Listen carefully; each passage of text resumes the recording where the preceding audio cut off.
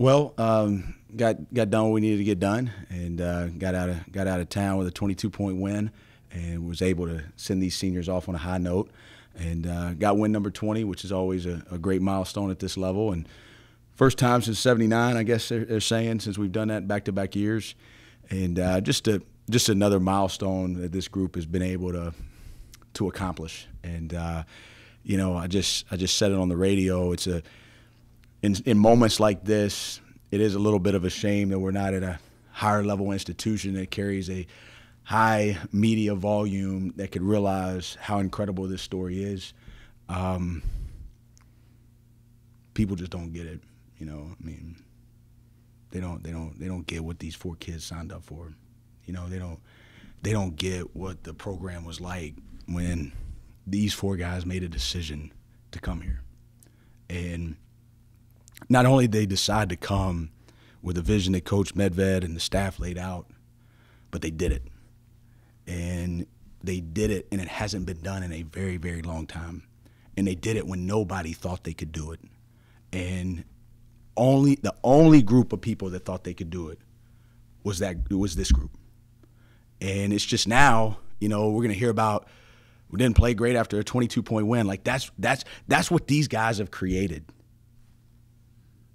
22-point wins around here, all right, 5-6 years ago when I first got here, okay, before Coach Medved got here, didn't have a whole lot of those. Now we're going to hear about how we weren't all that sharp tonight. 22-point win at home, 20-win season. And it's a credit to not the players, and that's what we miss here. I was listening to our game on TV, and I was listening to the Sanford commentators say twice how it was strange that we don't have a transfer on our roster and that we develop high school kids. That's where this has gotten. But these guys came here with a mission, committed to developing, committed to being a team, and they did that, and that's what college basketball is supposed to be about. And I hope recruits understand that, right? I hope people understand that now all of a sudden when you have culture and when you have connection and when you have good people and you have continuity through development and you don't have transfers and you don't have guys going in and out of your program, that's labeled strange. And that goes along with this story that these guys started, they completed what they wanted to do those first 3 years. They still got some work to be done. They're as determined as they've ever been. And that was a great way to see those guys go out tonight. But it's an incredible story, and it's a credit to all 4 of them. Andrew was just saying how those guys have sort of changed what it means to be a Furman basketball player. You made it something special again. Just talk about what they leave behind in terms of the younger players learning from them. You know, in the issue that we had in the foundations of this program is we had to get rid of the apathy. And I think a lot of times in college basketball, we hear either a good culture or we hear a negative culture. We think everything's either really good or we just assume everything's really bad. A lot of times what kills programs is just pure apathy, right? That you go to weights with no energy. You go to practice with no purpose. You show up in the games and you want everything to take place and go well for you in the limelight, but you don't want to do anything behind the scenes. What this group of guys did was, and again, Steven and Chris and some of these other guys, Kendrick and Larry, it all came together at one time, but then they came in as young guys and everything mattered. Every single thing mattered. We'll never forget John Davis and Devin Sibley came in as freshmen and just absolutely crushed every single thing that we had conditioning-wise that we could possibly put in front of them. And Jeff Beans, his energy level, and Daniels Fowler, his leadership and his connection, they came in here and everything mattered. Every rep mattered, every skill workout mattered, every practice mattered. And they had to mature, and we saw that through their freshman year. They had to mature, and they had to learn how to guard. They had to learn how to play in our system. But every single day, regardless of the adversity and regardless of what we were trying to go through, they wanted to get better. They never resisted.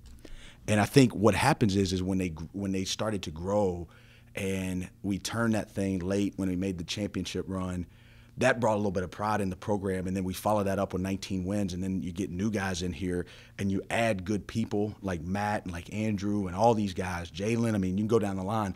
You start adding more good people. It just start now when they walk in here, they're like, wow, you go to weights, this is really important. man, you go to watch film, like this matters. Like if you want to be in this program, you gotta work while you wait. And then also what they understand is this is a people business. And unfortunately, so much of college basketball is in the people exchange business. We're in the people growth business. And when you have good people, as we say, great people make great dens. When you have good people and they connect and they start growing, this is what you get. And, it's not easy, but it's a credit to what these guys have done. And Andrew's correct. They made connection. They brought brotherhood. They brought team, all right? And we use it so cliche, all right? We use it so cliche. They brought true team. And as they started to grow and develop, that's when you start to see this thing completely turn. Tonight, senior night is emotional everywhere. But I think based on the comments already, it was different tonight here. Were people trying a little too hard to start the game? It just couldn't help but be caught up in it a little bit. Yeah, I think it's one of those things where you want it to go so well, so bad that it just makes you a little bit tense, and you got to settle down. And I wasn't surprised when they were up 7-5 and then they were up 10-5. I did start to get a little worried when it got to be 16-7. It just seemed like we were a little bit flat. I didn't think we were flat, but we definitely looked flat. And I was hoping that the emotion would start to turn and we'd settle in. And sure enough, that's what happened. We settled in, start guarding. The intensity and the speed of our defense really picked up, which always, as we know, carries into our offense. And, I didn't like – I love that spurt in the middle of the first half. I didn't like how we finished the first half. I thought we gave up an uncontested 3 and then an uncontested drive. They got quick 5 points, and we go from 15 to 8 into the tunnel.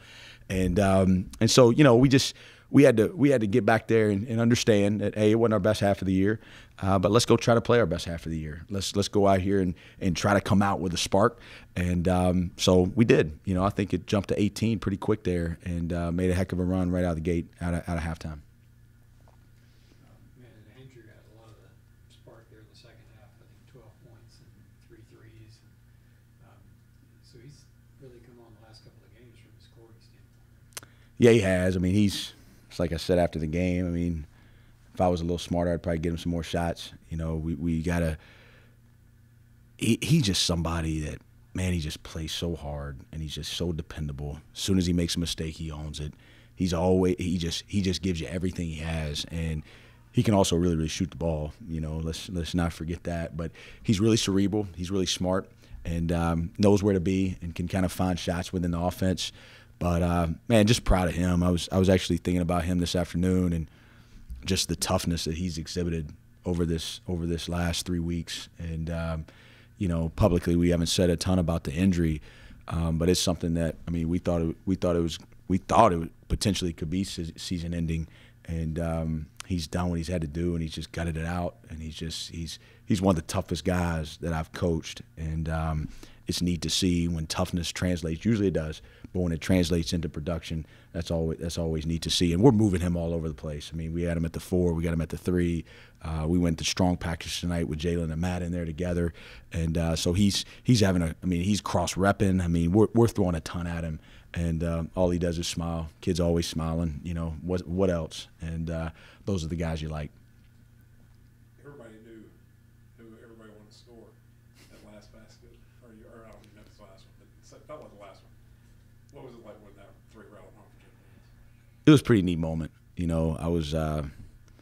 We called 2 plays earlier to get him a look, and they were in the zone, and they did a good job switching some stuff out that I thought we could free him up on. And so we had one more bullet in the gun. We got three 3-point specials for him, and so we went to the third one, and we had Jordan at the point who hadn't repped it, and but we saw they were trapping the high ball screen, so we thought we could get him in a pin down right there at the top, and man, I was hoping that sovereignty would play in a little bit, and that thing would fall in, and sure enough, it did, and called the timeout, and he needed to exit with a made 3, and his last night in Timmons Arena, I thought that was a great way for him to go out. He gets the least amount of recognition because of his stat line. Not sure if he hadn't been in a lot of ways off the court. I would hate to say the most valuable, but in a lot of ways, just the growth and the teammate that he's been, through all kind of different adversity. He's probably had more adversity than the other three. I think that'd be fair to say. Never has wavered in his mission and his purpose and how he's carried himself. And everything is about the moment. And can't wait to see what he does in life. Can't wait to see what all four of them do in life. But he's had a lot of growth in his time here. Really proud of him.